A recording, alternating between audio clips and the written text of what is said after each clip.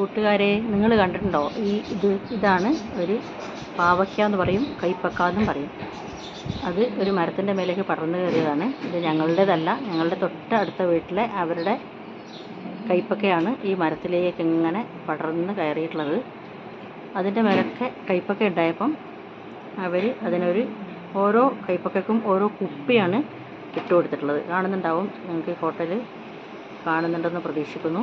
ഇവിടെ ഒരു കുപ്പി, ഇവിടെയൊക്കെ കുപ്പികൾ ഇട്ട് കൊടുത്തിട്ടുണ്ട്. കണ്ടോ?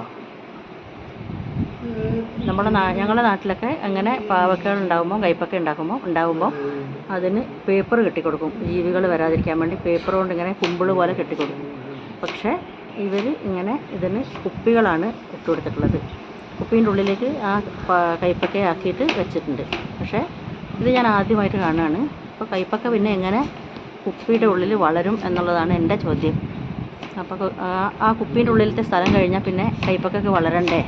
അതുപോലെ കൈപ്പക്കയെ പുറത്തെടുക്കാൻ വേണ്ടി കുപ്പി പൊട്ടിച്ചിട്ടാണോ പിന്നെ അതിനെ പുറത്തേക്ക് എടുക്കുക എന്നുള്ളൊരു സംശയം എനിക്കുണ്ട്.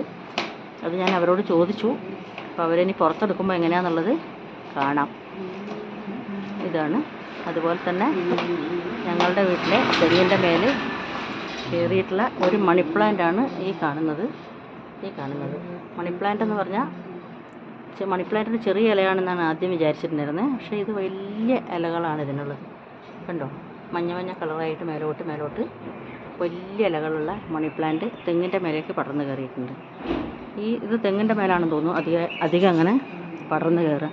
വേറെ സ്ഥലങ്ങളിലും അങ്ങനെ കണ്ടിട്ടുണ്ട്. കണ്ടോ? ഈ കാണുന്ന മണി പ്ലാന്റിൻ്റെ ഇലകൾ വലിയ ചേമ്പിൻ്റെ ഇലകളുടെ അത്ര വലിപ്പമുള്ള വലിയ ഇലകളാണിത്. കണ്ടോ? നല്ല ഫ്രഷായിട്ടുള്ള ഇലകളൊക്കെ. ഇത് മഞ്ഞ കളർ പോലത്തെ ഉണ്ട്, തിരുളാണിത്. അതല്ലാത്തതൊക്കെ ഇങ്ങനെ പച്ച കളറുള്ള ഇത് പടർന്ന് കയറും. ഇത് ഈ തെങ്ങിൻ്റെ മേലിങ്ങനെ ഇതിൻ്റെ വേരുകൾ കൊണ്ട് നല്ല അമർത്തി പിടിച്ചങ്ങനെ കയറിപ്പോവാണ് ചെയ്യുക.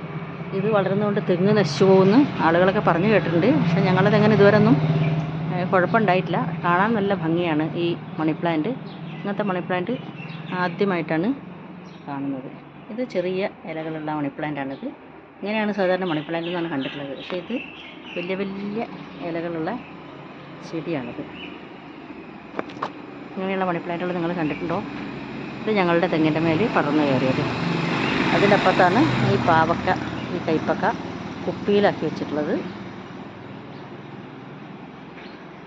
പിന്നെ വേറെ ഒരു കാര്യം നിങ്ങളെ കാണിക്കണം എന്ന് വിചാരിച്ചത്, ഈ ചെടിയുടെ പേര് ആർക്കെങ്കിലും അറിയുമെങ്കിൽ ഒന്ന് പറഞ്ഞു തരണേ.